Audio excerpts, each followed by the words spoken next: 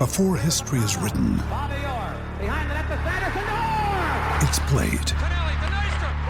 Before it's frozen in time, it's fought one shift at a time.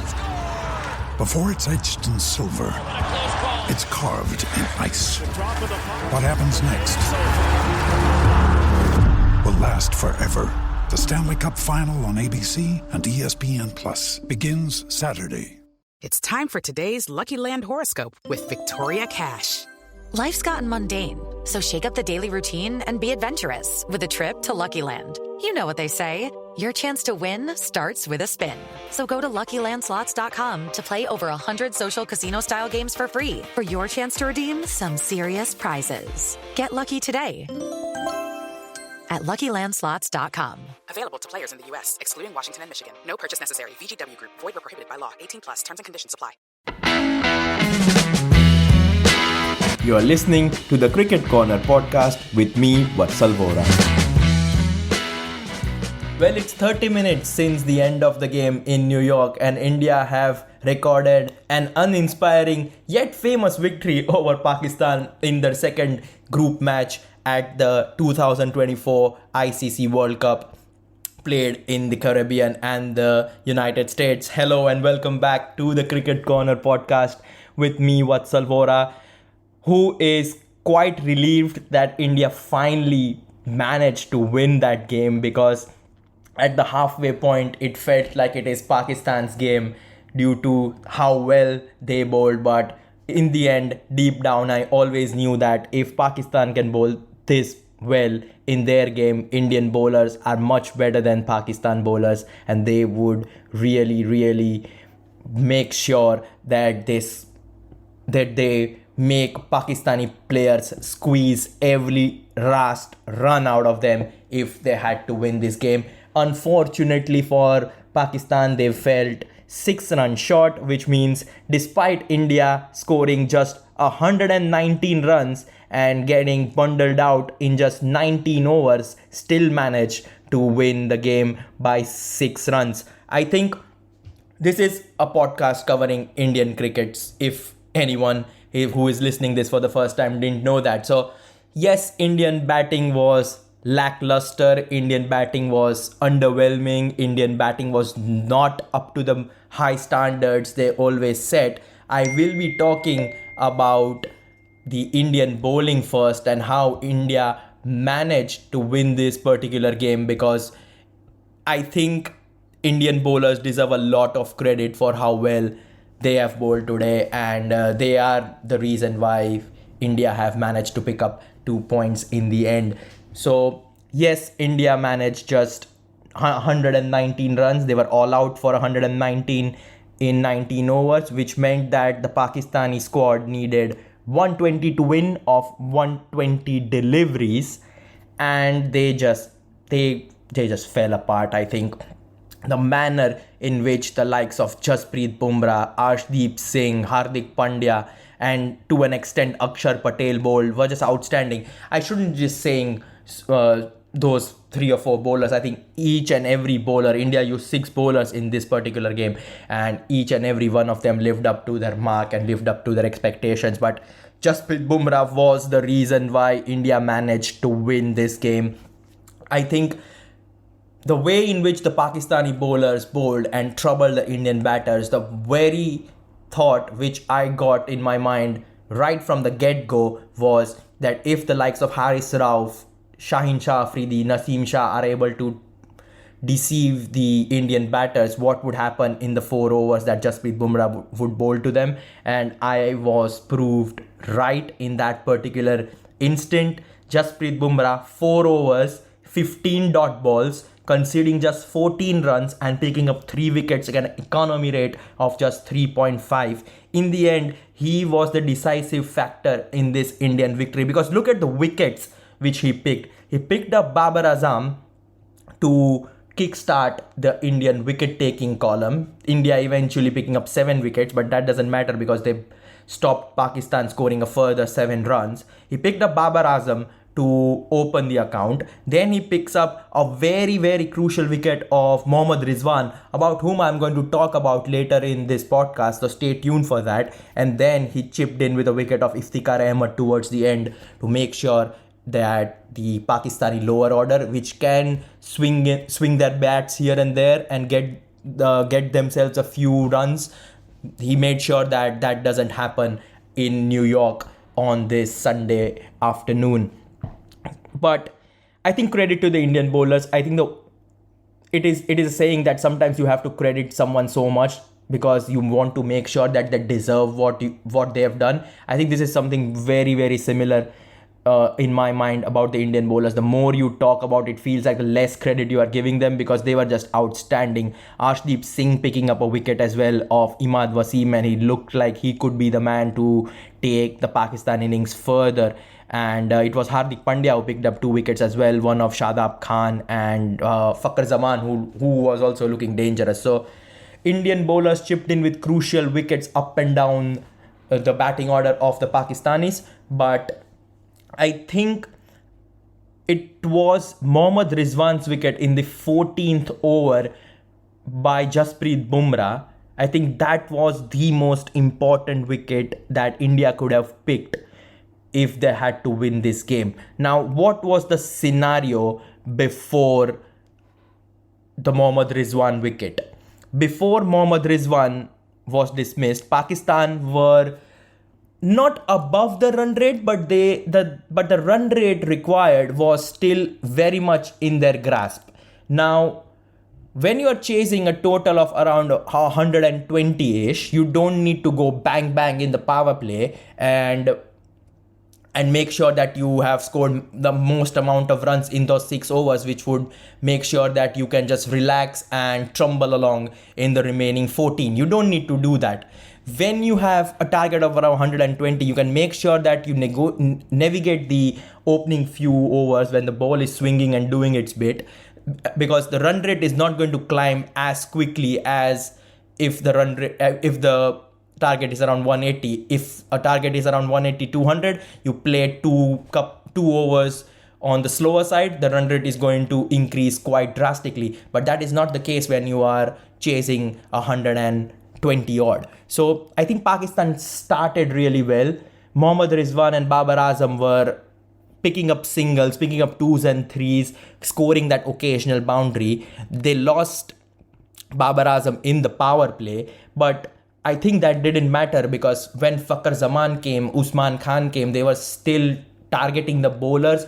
Fakhar Zaman scoring a 6 and a 4 in quick succession. And it felt like, yes, this is going to be one of those matches where Pakistan would just slowly pick up the runs here and there and make sure that they reach the target eventually. But the wicket of Mohammad Rizwan kind of opened up the game for India in that particular situation. When it was Mohammad Rizwan who was dismissed, Pakistan were 80 for 4 from 14.1 overs, which meant that they needed 40 runs to win off 36 balls. Very much gettable in a T20 in a one-day international, let alone a T20 game. But I think that very wicket, just before that wicket of Mohammad Rizwan picked up by Jasprit Bumrah. Bumrah had bowled just 2 overs in the early stages of the game. He came back for his usual 1 over spell in the middle overs.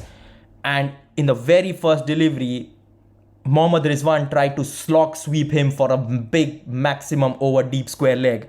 He completely misjudged that delivery and was then dismissed by an absolute peach of a delivery by Bumrah. And that, I think, opened the floodgates as far as the Indian side is concerned. Mohammad Rizwan was dismissed for when the score was 80. So it was 80 for 4. Then it was 88 for 5, 102 for 6 and 102 for 7. And before even 102 for 6, when Iftikhar Ahmed was dismissed by Jasprit Bumrah again, I think the game was already done back then. So credit to the Indian bowlers, and more importantly, credit to Jasprit Bumrah. I think the way in which Rohit Sharma utilized his 4 overs was absolutely incredible.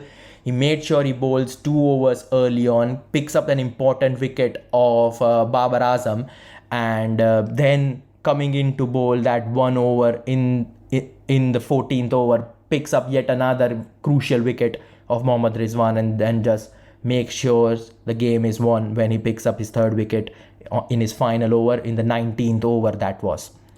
Apart from that, Hardik Pandya, as I mentioned, picked up 2 wickets. There was a very, very important over bowled by Akshar Patel as well. It was the 16th over where he conceded just 2 runs. Even before that, Pakistan were in the game somehow. They needed 40 odd of 30 odd deliveries, but that 16th over yielded just 2 runs, which made sure that the sting was completely out of the Pakistan run chase.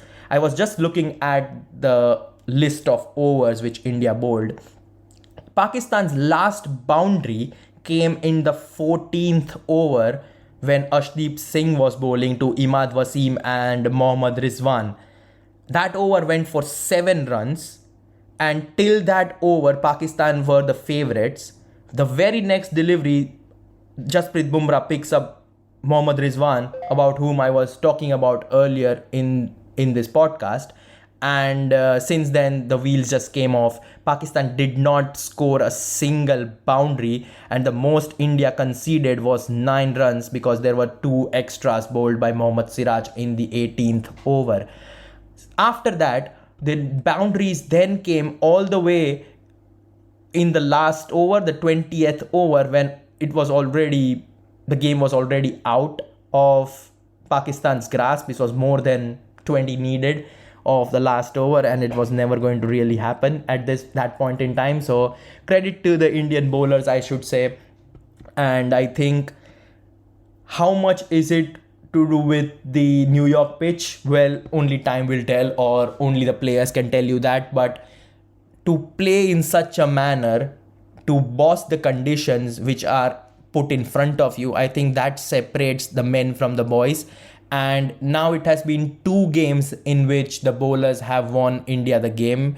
I think the bowlers can take a lot of credit in their victory over Ireland as well, where they managed to bundle Ireland for less than 100 runs, and then India were able to chase down with relative ease. But this was arguably the best bowling performance I've seen Team India. I've seen the Indian bowlers play since the 2023 World Cup, when they were picking up wickets and not conceding runs for free to an extent.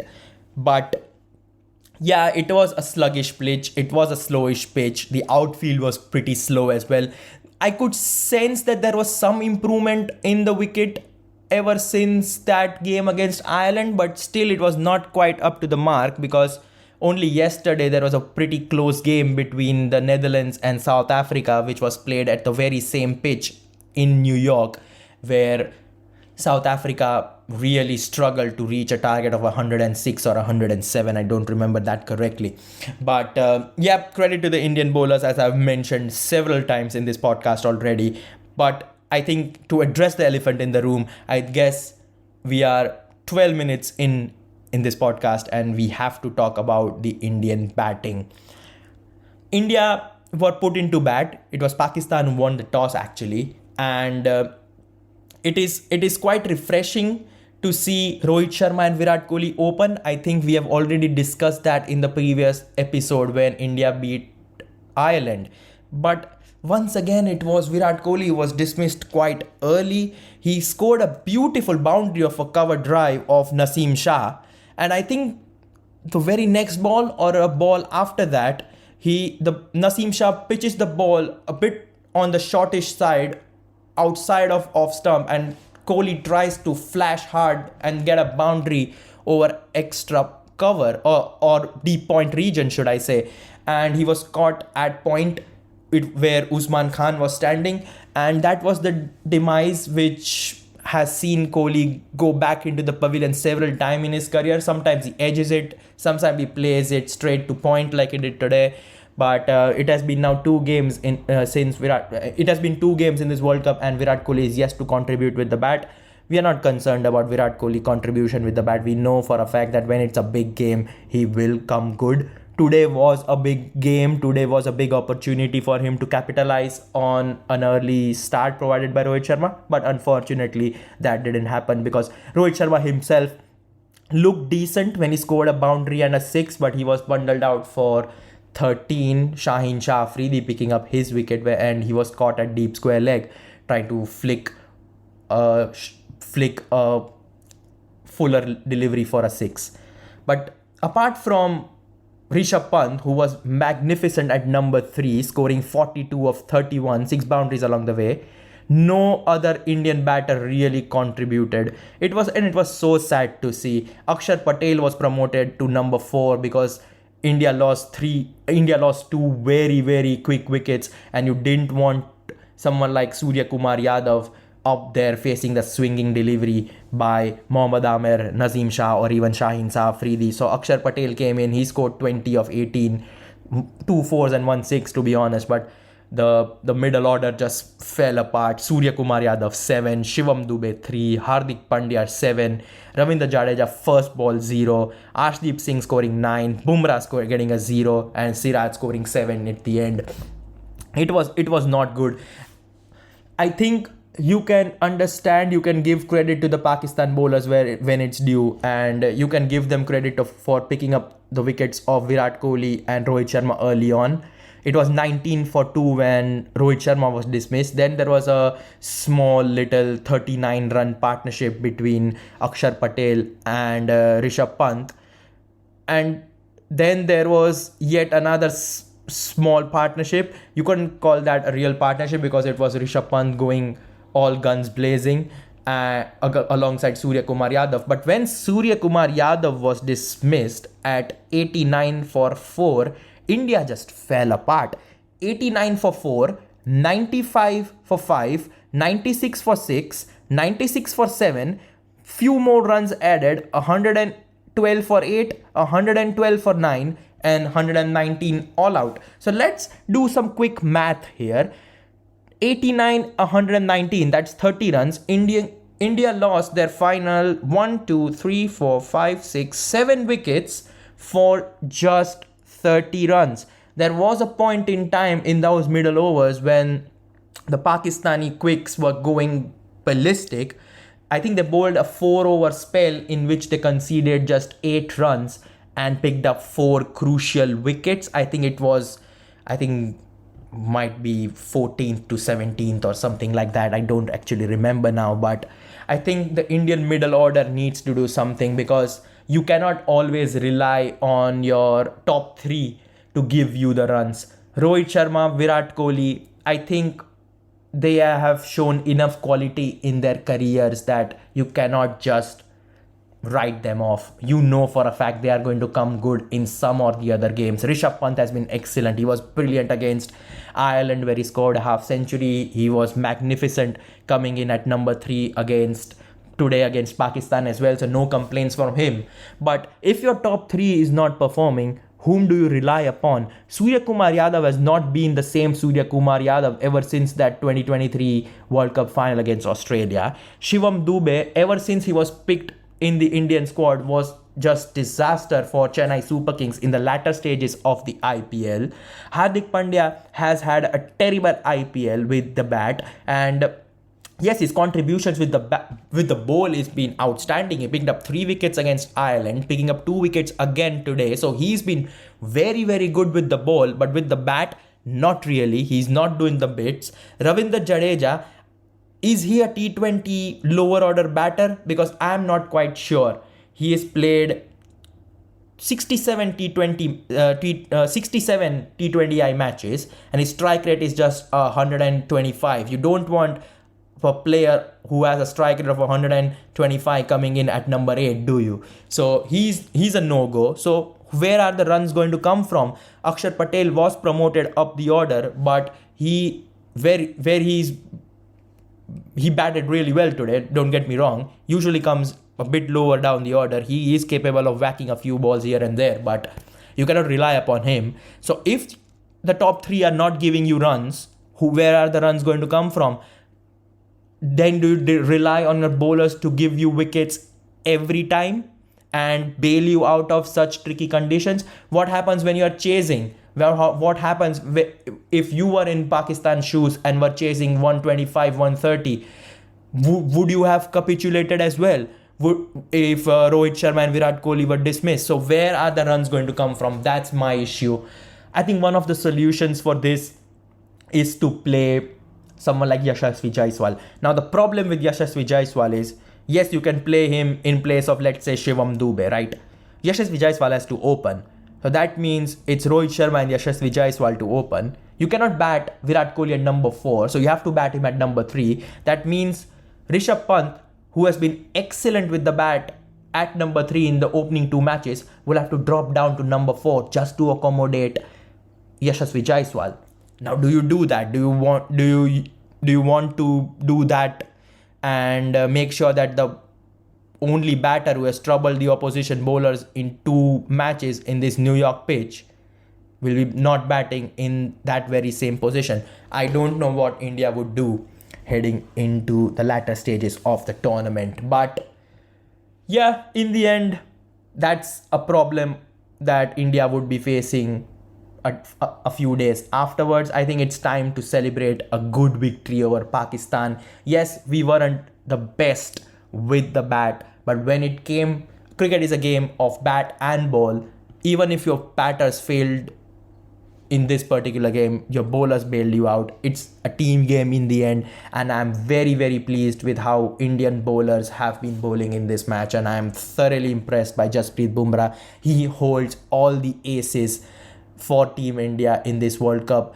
No Rohit Sharma, not even Virat Kohli, no Surya Kumar Yadav. It's Jasprit Bumrah. If India want to win this World Cup, they have to be behind Jasprit Bumrah, and he's going to produce some classy performances all throughout this tournament.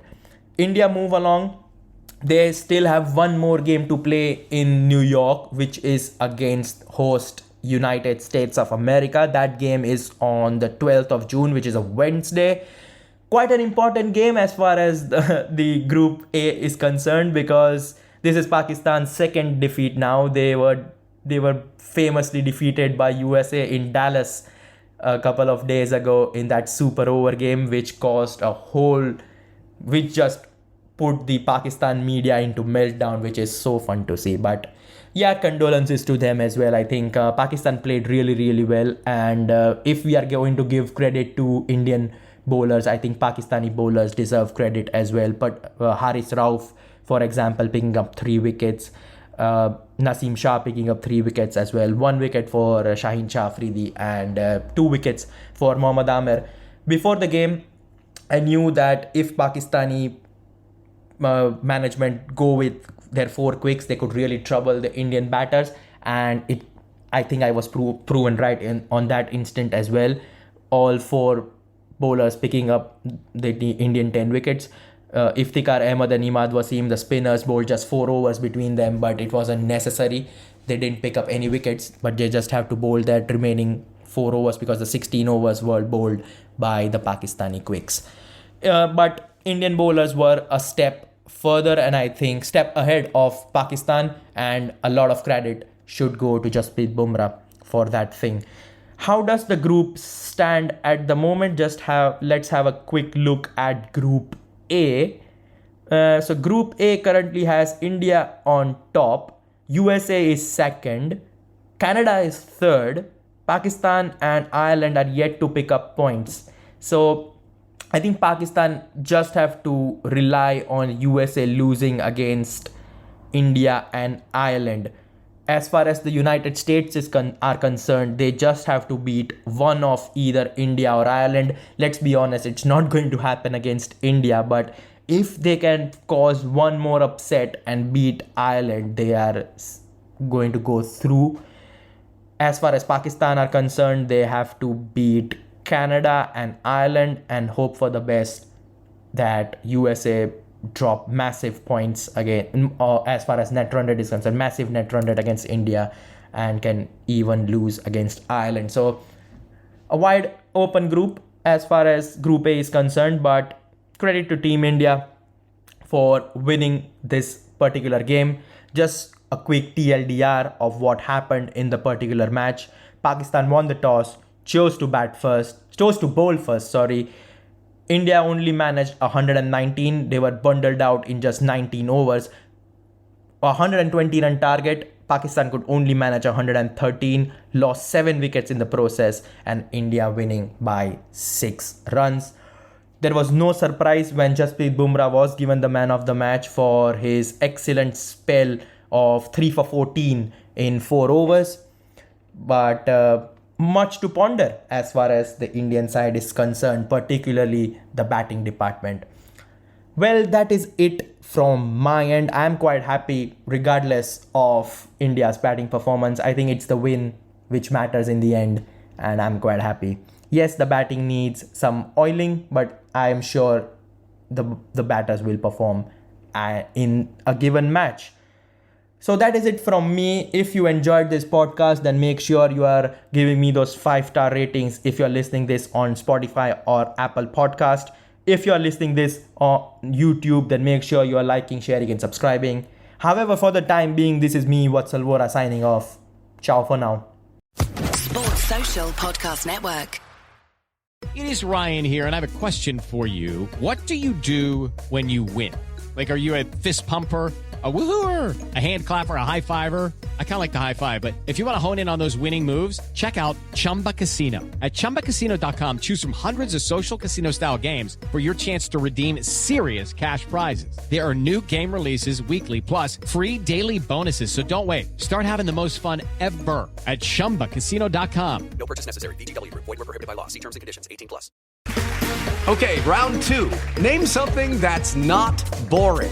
A laundry? Ooh, a book club. Computer solitaire, huh? Sorry, we were looking for Chumba Casino. That's right. ChumbaCasino.com has over 100 casino-style games. Join today and play for free for your chance to redeem some serious prizes. ChumbaCasino.com. No purchase necessary. Void where prohibited by law. 18+. Terms and conditions apply. See website for details.